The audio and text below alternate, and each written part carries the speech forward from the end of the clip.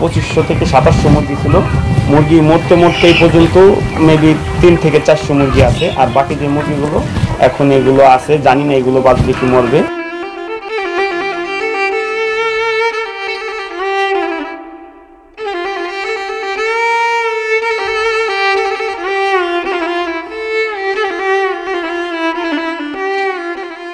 গরমের যেই ব্যাপারটা, এটা প্রচণ্ড গরম, যার জন্য আমার এই মুরগিগুলো আসলে বাঁচায় রাখতে পারলাম না। আমার মুরগিগুলো অলরেডি 16 থেকে 1700 মুরগি মরে গেছে। তো এখন আমার এই বছরটায় মানে আমার পুরাটাই লস। আমি এই যে 21 থেকে 24 তো আমার কত কষ্ট করে কত ট্রায়াল করে এখানে আসছিলাম। তো এখন মূলত আমার আর এই 3 বছরের মানে যে লাভ বা আমার ইনভেস্টমেন্ট আমার পুরাটাই সেই শেষ হয়ে গেছে।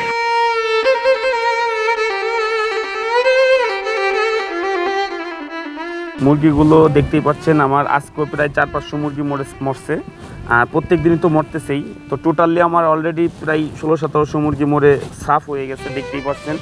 আমার এখন কর্মচারী যারা আছে তাদের বেতন দিতে হবে, আমার ব্যাংকের লোন শোধ করতে হবে, নিজের ফ্যামিলি আছে। তো সব কিছু মিলিয়ে এখন আমি ফুল একটা ডিপ্রেশনে আছি। কারণে আমি চাকরি করি, ছোট থেকে বড় পর্যন্ত আমি এই মুরগিগুলো লালন পালন করি। এই হঠাৎ করে মনে করবেন কি যে মুরগিগুলো অসুস্থ পড়ে গেছে।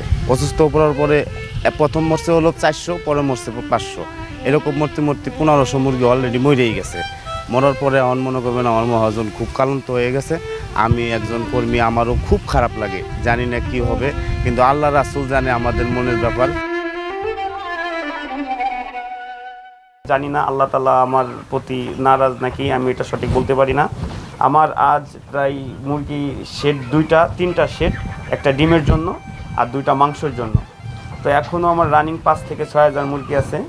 তো আমার এই মুরগি এখন যে কোনো কারণে হোক, এই গরম এবং ঠান্ডা এই দুইটা মানে গরম যে প্রচণ্ড গরমের কারণে আমার মুরগির পাখার নিচে ঠান্ডা হয়ে এই মুরগিটা ঠান্ডা বসে গেছে।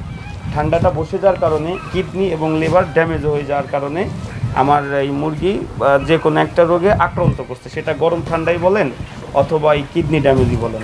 আমার একে 4 দিনে প্রায় 15 থেকে 1600 মুরগি মারা গেছে, রানিং মারা যাচ্ছে। আমি যেই ফার্মটায় আছি দেখতে পাচ্ছেন, এই ফার্মে আমার প্রায় 2500 থেকে 2700 মুরগি ছিল। মুরগি মরতে মরতে এই পর্যন্ত মেবি 3 থেকে 400 মুরগি আছে, আর বাকি যে মুরগিগুলো এখন এগুলো আছে, জানি না এগুলো বাঁচবে কি মরবে।